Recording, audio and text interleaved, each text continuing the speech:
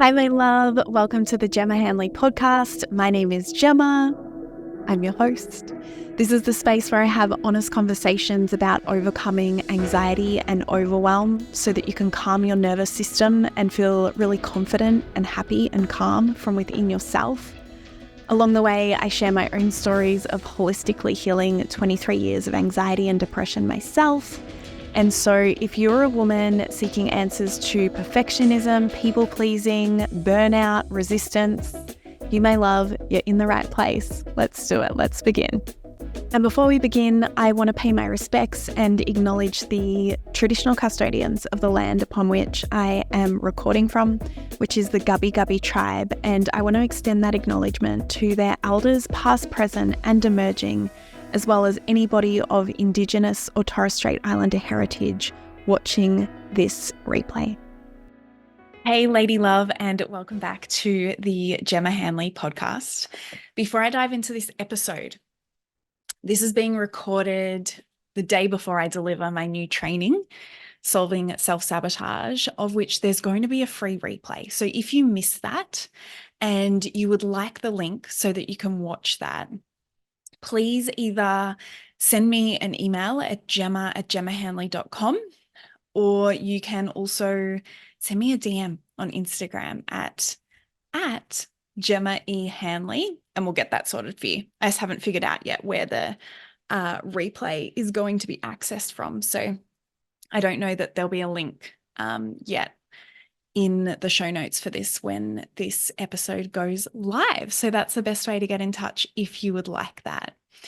But let's dive into this conversation. Another audience request of pretending to be someone that you're not.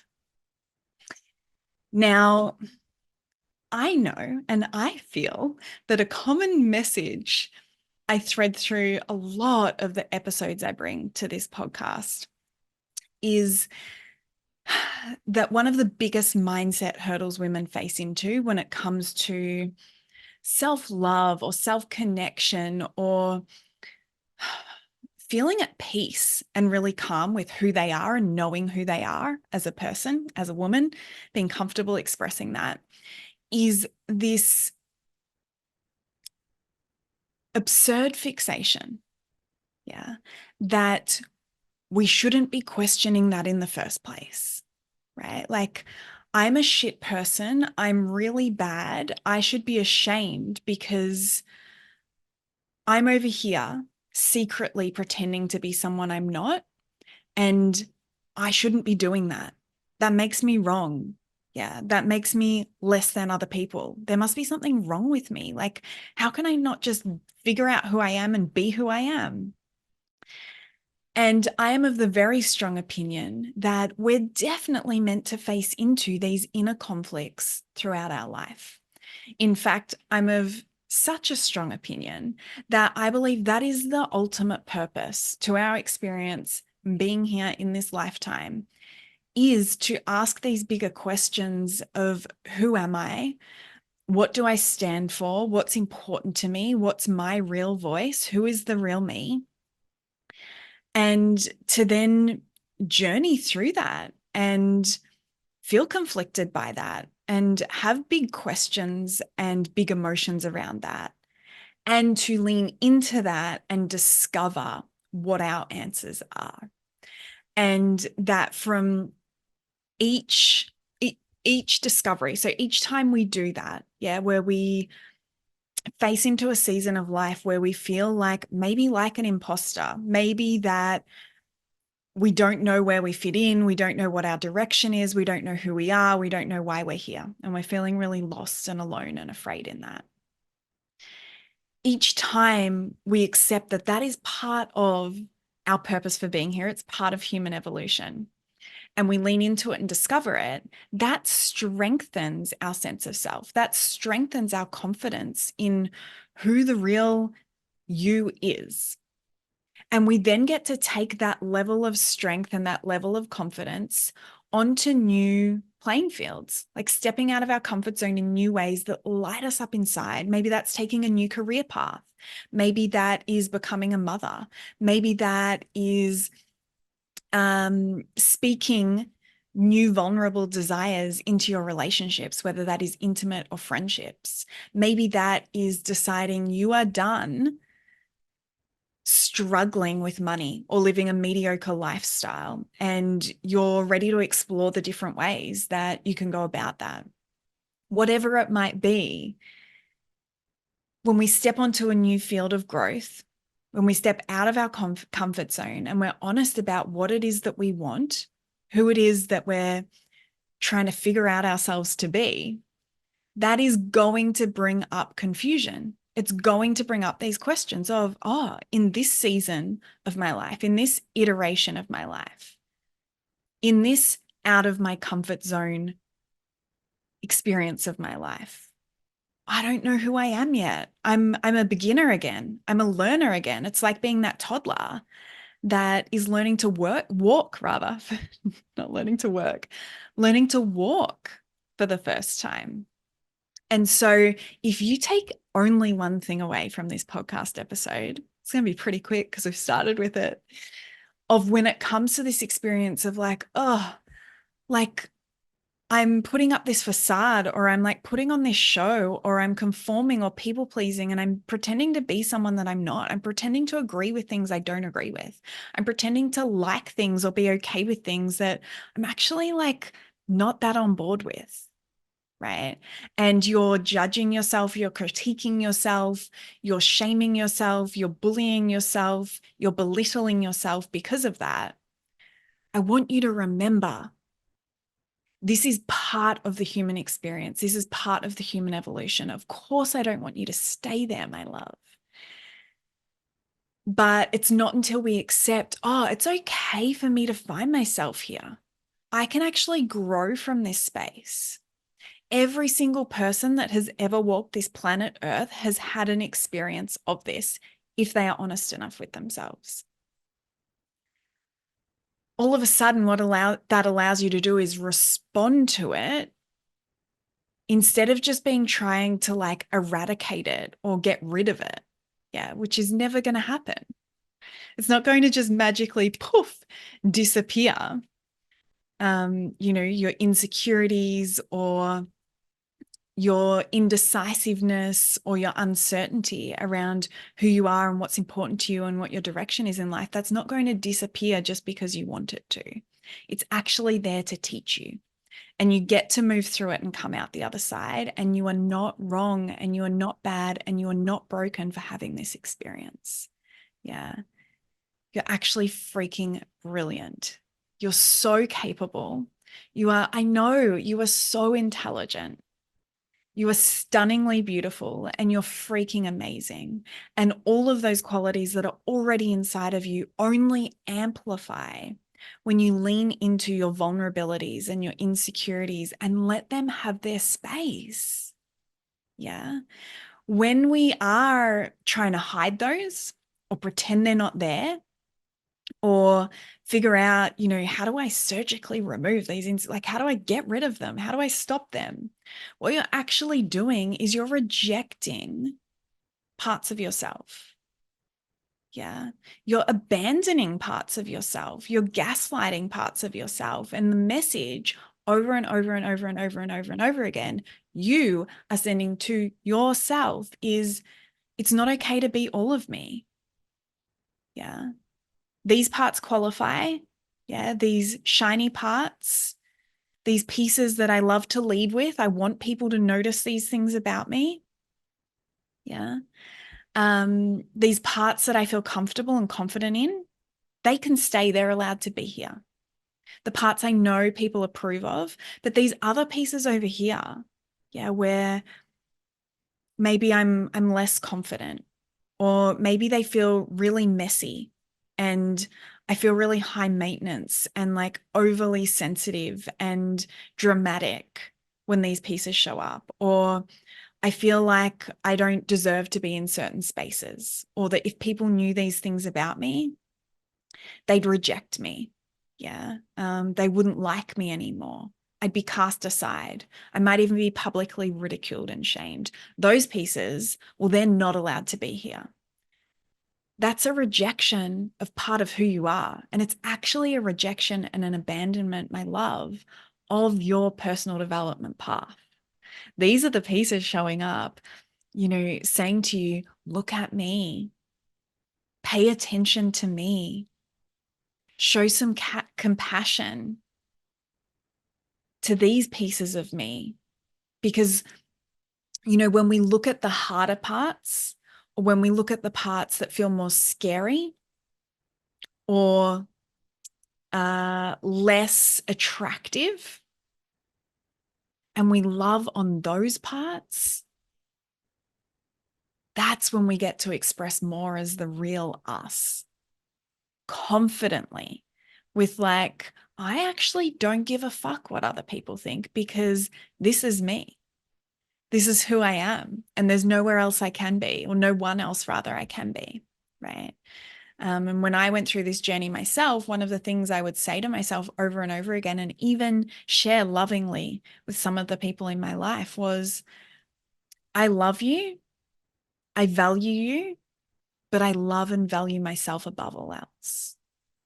And so if there's something you can't accept in me, if there's something you see as unlovable in me, that's okay, but I'm not going to be on board with that attitude towards myself. Yeah.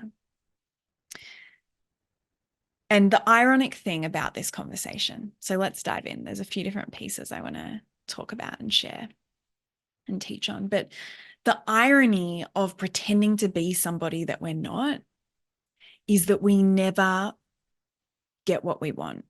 Yeah. So long as we're showing up as somebody we're not, we're pretending to be someone we're not, we will never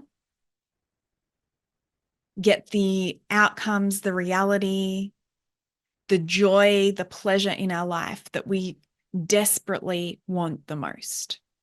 It's not possible, right? Because we're showing up as this fictional character, and yet we live in a real world, right? And it's only when you show up as the real you in the real world that you can actually create the things that matter to your heart most. And, I've personally even had experiences where I thought I'd created what I wanted most, whether it was career status or a relationship or like how I was perceived externally. And so I created some of that, but yet I wasn't able to relax into it, believe that it was sustainable or that I deserved it or feel pleasure from it. And I would suggest that any reality that we're creating, reality inverted commas, where you don't actually feel relaxed in it, where it feels like a fluke or that it's transient or that you're not actually capable of continuing to recreate it, you don't feel worthy of it, you don't feel like you can actually soak in the pleasure of the life that you created and that you're living, then it's also been created from pretending that you're somebody that you're not, or this disconnection from the real you, right? And so I'm going to repeat that again because I feel like it could be a key piece as just one sentence for you to hold on to. But the irony of pretending to be someone that you're not is that you'll never have what you most want. Yeah. And we pretend to be someone that we're not because we think that's what will get us there. There's two quotes that I feel explain this really well too. One is, what is meant for you will never miss you. Yeah. And it's an interesting one. I love it. I love it. I do. What's meant for you, it can't miss you. It will never miss you. All you have to do is show up as real and as authentic and in the best way that you know how, with an open and curious mindset.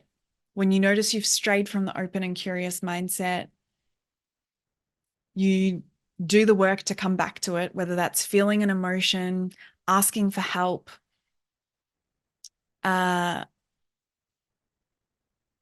looking at the story that you're telling and asking yourself whether it's the whole truth, it's the whole reality, or if it's just one version of what's playing out. More often than not, we will have excluded a lot of important facts to create a dead-end story or a conclusive story that doesn't serve us and will keep us stuck and safe in the familiar. Yeah. But what is meant for you, it can't miss you. It will not pass you. Right? And a conflict that I've had with this quote at different times in my life is like, oh, well, if it can't miss me, yeah, if it won't pass me and it's not here yet, and I've been trying so fucking hard for so long and it's still not here, well, does that mean that it's not meant for me then? And like, maybe I'm even more confused about who the real me is than ever before. And so that's why I want to bring you this second quote, which I don't even know if it's a quote or if it's just like something that I've come to know, which is, if it's imprinted on your heart, it's meant for you, right? So something's imprinted in my heart.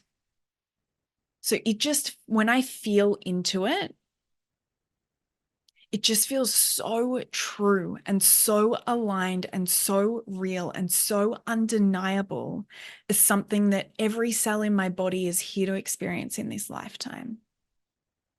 Yeah. If that's imprinted in my heart and it's there because it's mine, it's not something that has been projected onto me. It's not something that not something I've been told must be present for someone or for me to have a successful life, right? It's actually my version of success. It's my version of joy, happiness, calm, inner peace, confidence, liberation. If that is there imprinted on my heart, then it is meant for me in this lifetime. Yeah. Which means it cannot pass me. Yeah. It cannot miss me. And that my only role to play in that is to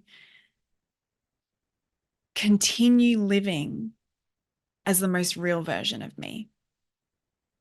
Yeah. And just checking in with that. Who am I doing this thing for? Is it for me, or is it to please someone else or to impress somebody else? Yeah. Why am I taking this direction with my life? Is it because of what I've consciously chosen, or is it because of what family members or society has suggested, or is it because what my partner or somebody else in my life thinks I would be good at or thinks I'm great at? But does it actually light me up inside? Right? So the irony of pretending to be someone that you're not is that it will stop you from having the things that you want most in your life. Because to get those imprints of your heart, you have to be you. Yeah. And it is such a shame. It is such a shame and such a waste when a woman spends her entire lifetime, yeah, pretending to be somebody that she's not, continuously reacting to her outer world instead of connecting to her inner world, to herself, to her body, to her heart, to her soul and her spirit. Yeah. That's the first piece that I just wanted to speak into. And I feel like that honestly has the potential to shift things and resolve some things for some of you that will be listening, right? Because you'll be at the point where you're really tired of trying a million different things and not feeling like you're moving forwards or progressing. And the missing link for you has been, I'm not doing those things as myself.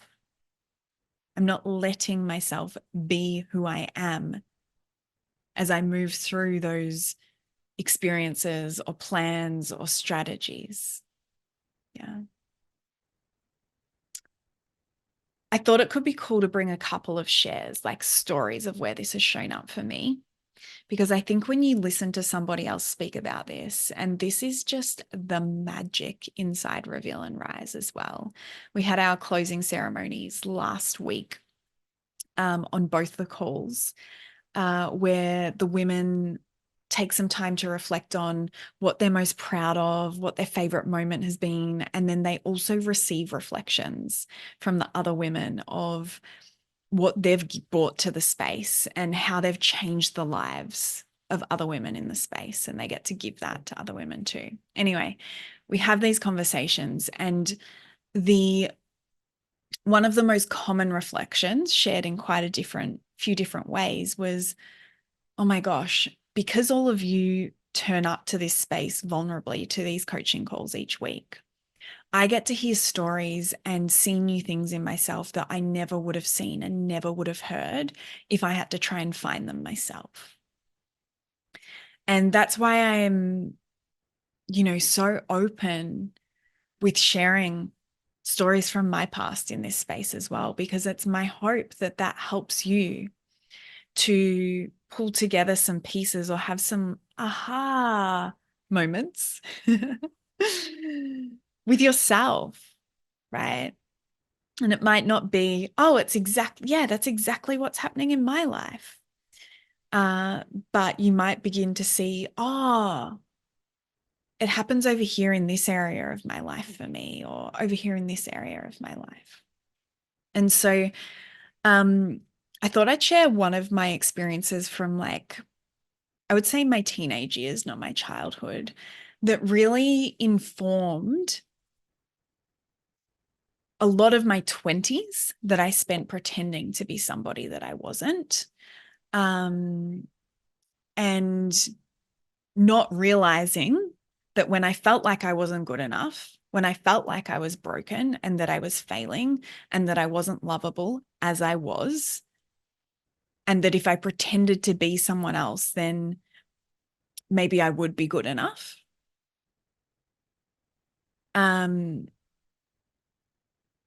Yeah, I thought I'd share one of the stories that informed that pattern, subconscious pattern within me. And, this is one, but there would have been many before it as well. And so I remember in year 7, which is the first year of high school for us here in Australia, my parents sat me down and we had this formal meeting. I don't remember knowing that it was going to happen. And there was this printed off sheet of paper. And on this sheet of paper were these rules that I needed to follow in their eyes to be protected, to be safe, to have the greatest chance of being happy and successful in this world. And so some of the rules that they shared with me that I was required to live by, I had very overprotective parents. I was the first, I'm the eldest child and also the first daughter. And my parents also grew up regionally, in regional Victoria on farms. I think there was 9 or 12 people in their entire school where they went to school. And my dad was raised very Catholic. My mum, I think it was a religion that fits into the Christian banner, but it was a little bit different to Catholic.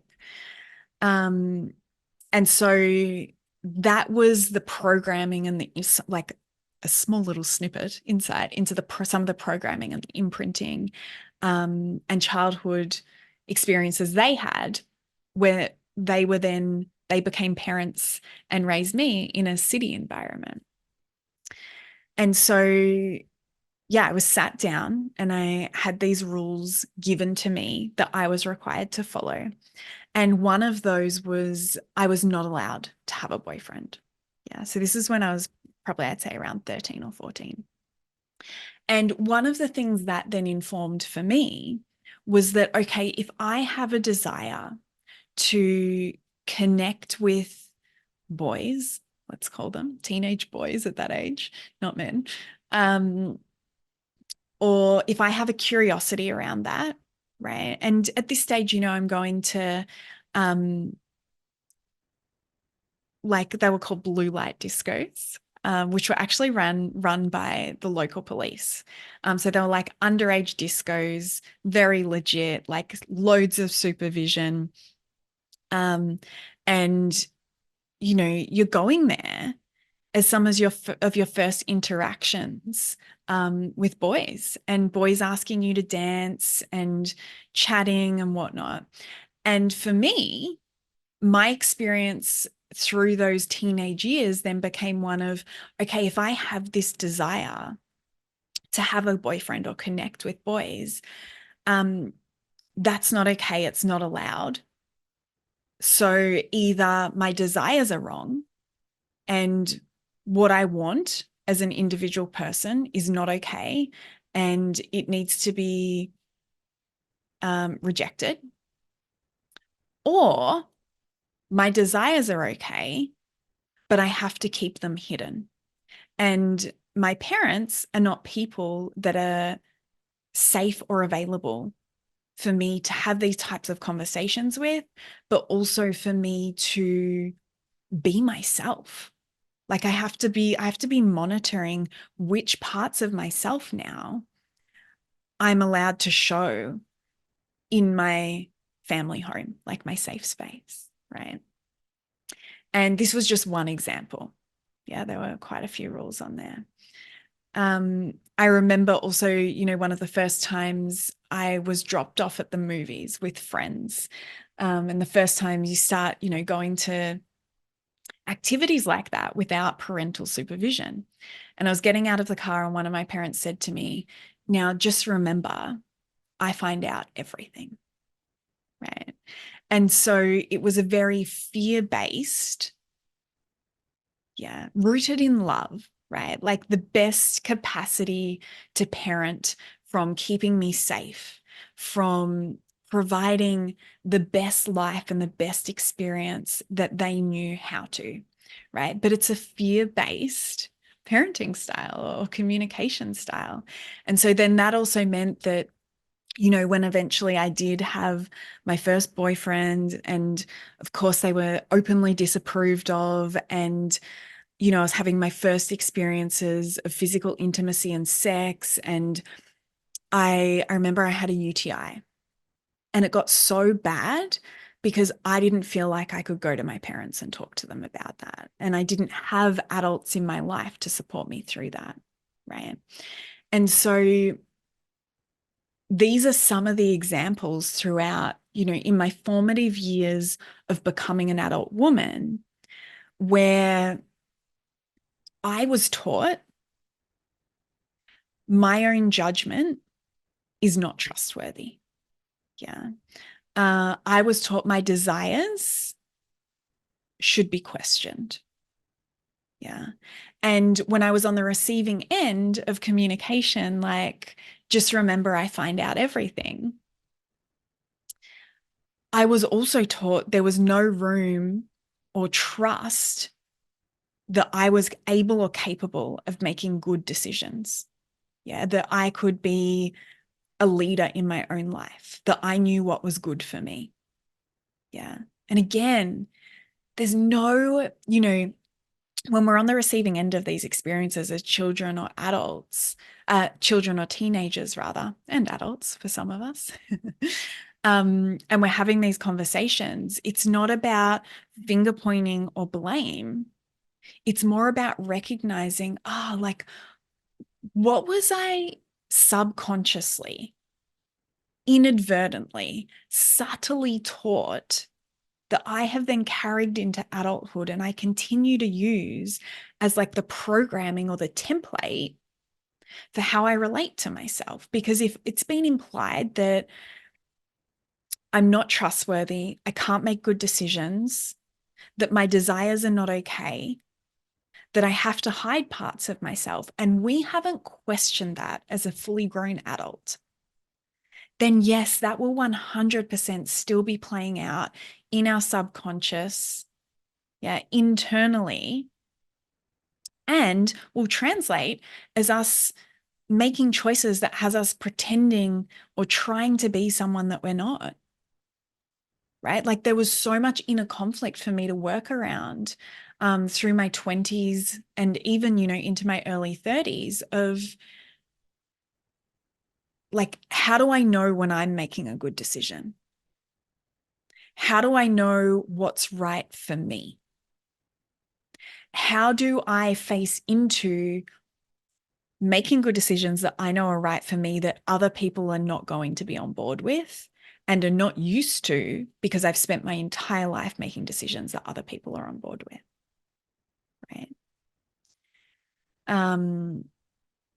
Another example, and this example is probably, yeah, it's definitely a past example, um, is that I used to find in dating, not just dating, even friendships, probably even like work relationships, colleagues, I would wish that I could be more carefree. Yeah. Inverted commas, low maintenance about certain things. Yeah. I would almost wish that I could settle for less.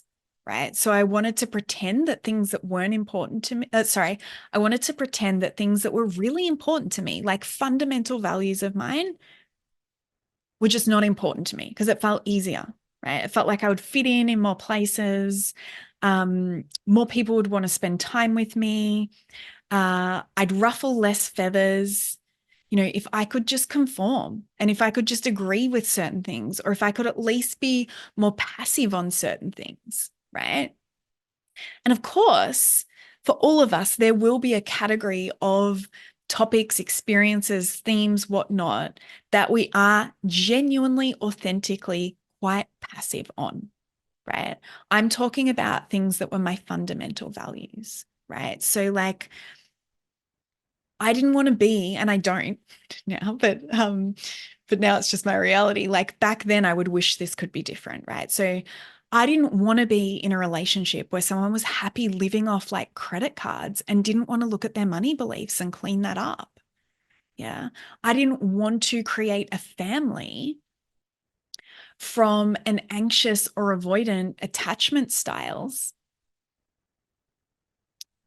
and then pass that on to another generation and just live through relationships and connections where I never felt met, and that there was, someone always having to compromise or walk on eggshells or hold their tongue. Yeah. I didn't want to, and I don't want to eat processed foods or foods that are sprayed with chemicals and bought from the supermarket because most people do that. Like, I don't want to do that. Right. And so there were these little things. I don't want to be location locked, right? Like, I don't want to work a 9 to 5 that is really safe, right? And provides stable income, but that also has a ceiling on it where you're also required to do what other people tell you. You're location locked. And often quite fucking understimulated. I don't want to do that. Yeah. And so there were all these different pieces as I stepped into more of the real me that I have become completely okay with naming and declaring of like, this is who I am. This is what I stand for. This is what I don't want. And I won't be settling. But I used to resent part of myself, is a really great way of explaining it.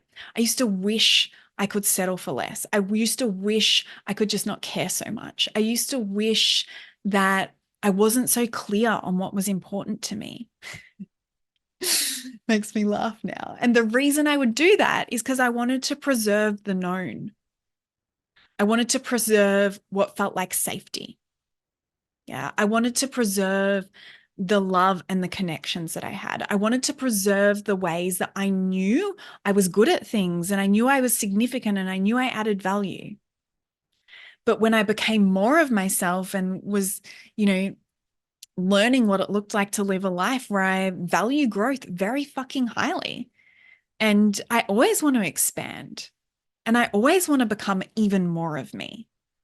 And that when I'm questioning, oh, this doesn't feel good for me anymore. Like, have I outgrown this? I don't think this is right for me. That I'm not a woman that sweeps that under the rug, right? As I was becoming more and more of this, I had to step into the unknown. I had to step into uncertainty. I had to be okay with being the learner and the beginner at finding new ways of feeling safe and being patient for that to build. Like when I first started my own business online so that I wasn't dependent on any other company, any other person for my income. And I also was not location locked. I get the freedom of choosing my own hours, how I work, what I do, when I do it, when I change it. That didn't feel safe. That didn't feel certain. There was definitely not every person in my life thinking it was a good idea and agreeing with me and cheerleading me on. There were people saying, oh, like just playing devil's advocate and also saying, so if it doesn't work, what will you do then? Right? As if I hadn't thought about these things myself. And so, when money is a really comfortable topic for me to vulnerably speak about, when it's not feeling good and when it's fucking thriving, that is so wildly uncomfortable for some people. They just want to like get up out of their seat and run out of that conversation as quickly as possible. So no, the relationships that I had did change and did evolve and did shift, and some came with me and some couldn't. And when some couldn't, it opened up space for even more aligned, even more values matched relationships to come into my life, right? And that continues to happen. It's incredible. When we let ourselves be who we are without pretending to be someone else, we become a magnet for the people who light us up most, who can celebrate us and uplift us and affirm us and be present with us when we're struggling, that actually care to check in when things are not going great. Yeah. They can be there at both ends of the scale. When we are being our true, real self, those relationships become available to us. Yeah. So these are some of the examples of where it was showing up for me, that I was pretending to not be myself. I'd be conforming with others when I didn't agree. Definitely, and this is a big one I'll bring generally actually for you, is when we're pretending to be someone we're not, we're ignoring our intuition. Yeah. We're disconnecting from ourselves. It's like, and I teach a lot of inner child work inside Reveal and Rise. Insanely healing work. And I remember one of the first times I ever did an inner child practice, one of the things I got to realize was that my inner child, little Gem, she had the experience over and over and over again. And she felt like every time there was a decision to be made, or every time I got to make a choice, whether it was what I was going to eat or what I was going to wear that day, whether it was where I was going to go on an overseas holiday, what I was doing for a career, like anything, right? What I spend my money on, anything. She felt that what would happen is adult Gemma, which I call our wise adult woman, as soon as there was a choice, little Jemmy would be there in front, and she would have something that she needed to be loved in, or she needed to be cared in. Yeah. And what I was doing was literally turning my head to this little child that was distressed in front of me. Yeah. And not even just distressed. That is predominantly the work we do within a child, but also just wanting to feel seen, feel how like loved, feel like they're being chosen. right? Like some of the language I love teaching the women is pick me, right? It's like that little girl back in the day when I was at primary school. I don't know like if it still goes like this, but like everyone would line up and there'd be two captains, and then each captain would take a turn picking who they wanted on their team. And of course, all the cool kids and all the sporty kids would get picked first. And so it's like this little beautiful, innocent, gorgeous part of you is there in front of you asking you to choose her and pick her each day, to just notice that she's fucking there. And what I was doing is I was turning my whole body and turning my head and trying to find any other person to give me advice or give me an opinion or tell me what to do. And to her, it was almost like I was turning to her little friends instead of her, which was like so embarrassing for her as well, right? That she was so void of worth and value and contribution and joy, and so unattractive to me that I would go straight to her friends instead. And so, you know, this is part of what it looks like when we're ignoring our intuition as well, is that we're disconnecting from ourselves and we're looking outwardly for our answers. And it can be insatiable. Like we've always got to speak to somebody else or ask an opinion or check our choice before we can progress or move forwards with something, because we don't trust ourselves. It's when we're asking, you know, who do I have to be to fit into this space? Yeah. Like, how do I have to speak? How do I have to dress? What beliefs do I have to have? What's not okay to bring into this space? Yeah. When I say space, I mean like a social environment. Yeah. Look for these pieces. Look for where this is showing up, because the more that you search outwardly and seek outwardly for opinions and feedback, the more you are disconnecting from your intuition, and the harder and harder and harder it will become to be able to hear it. I'm of the belief you can always reconnect to that, right? But if we've spent a lifetime disconnecting from it, or maybe we've been through a traumatic experience and it went offline after that, where we decided, okay, if this bad thing happened to me, then I'm not capable of making good choices, then it's going to take some deep intention to regain that practice of trusting yourself, all of yourself. I talked about at the start of this episode, not just the pieces you're proud of and that you put forward first and you're happy for people to see you in, but also the pieces that feel more vulnerable and more scary and more uncertain, and you don't know what they mean about you. Yeah. Because when we chip away at our self-trust, when we break trust with ourselves, because we're pretending to be someone that we're not, we're saying it's not okay to be who we are, it's no longer believable. Yeah. Logically, consciously, I'm not talking about here. Intellectually, not talking about that. The felt experience in the body, the subconscious programming that's running, it's no longer believable that you can trust yourself to keep yourself safe. It's no longer believable that you can trust yourself to make good decisions. Yeah. And if you can't keep yourself safe, and if you can't keep yourself safe, if you can't make good decisions, you're definitely not going to trust the people you have around you in a healthy, heartfelt way. It's going to be in a dependency, needy, demanding, desperate way, right? Because if you can't trust yourself to make good decisions, then surely you're not trustworthy of choosing good relationships. And if you do happen to have great people around you, you're probably not going to trust that you're worthy of receiving their love. Yeah. You're not going to be able to trust that if you step out of your comfort zone, you'll succeed and that it'll go well for you. It's going to feel like When I first started my business, one of the things that I share is something that came up for me is I was like, oh, I'm definitely going to fucking lose all my money and I'm definitely going to be living on the streets.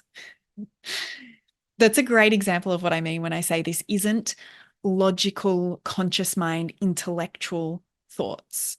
It's the felt experience. It's the subconscious programming and patterning, like what is playing out in the body. Yeah, deeper beneath the surface. And when we chip away at our self-trust and we break trust with ourselves because we're putting on this show of pretending to be someone we're not, and we're not validating who we are as good enough, we're saying it's not okay, we're rejecting it, we're abandoning it, your body is going to have to speak to you, right? Your body's so intelligent. Your body, your heart, your soul, your spirit, so fucking intelligent. It is on your team. It wants the absolute best for you. It wants you to live this most fully expressed, fully realized life in your full potential. And so it'll speak to you when you're making choices that have you pretending to be somebody that you're not. Yeah. It's going to speak to you in painful emotions. It's going to speak to you in painful symptoms. And that's its way of saying, hey, you've gone off track here. We need to come back to you. And often those things will slow you down. Painful emotions and painful symptoms, chronic illness for me, slowed me right the fuck down. I had no choice but to discover who is the real me. Where are all the ways that I'm playing this role of pretending to be someone that I'm not? Yeah. Your body is going to speak to you in that. I love the analogy I use of, if you think of a bowling lane, and there's bumpers up or bumpers down. When the bumpers are up, the ball, it's easier to keep it on track. But when the bumpers are down and you go rolling the ball down, if you're just a little bit off and that ball ends up in the gutter, you're not going to hit any of the pins, right? And let's say the pins represent the real you. Yeah, you're not hitting any of those pins and living life in any way that represents the real you. Yeah. When those bumpers are up, that ball that you're sending down has the chance to hit the side and bounce back in and come back into the line of hitting some of those pins that are the real you. And so in this analogy, those bumpers, when they're up, are the painful emotions, are the physical symptoms. It's your body speaking to you. It can't speak English, right? But it's communicating to you. Instead of using English, it's using emotions and symptoms and saying, hey, there is something so important to look at here because you're going so off track. Yeah. You're living life pretending to be something that you're not. And so you're actually not living at all. Cool. I'd love to hear what this conversation brought up for you. Come and share with me in my DMs in Instagram. Like if there was one takeaway or one aha moment from this conversation, bring it. I would love to fucking hear that and share that with you. Thank you for being here for this conversation, my love. If you would like more free resources, if you'd like to learn about my programs or coaching opportunities, you can find all of that information at my website, gemmahanley.com. I'll link it below in the show notes.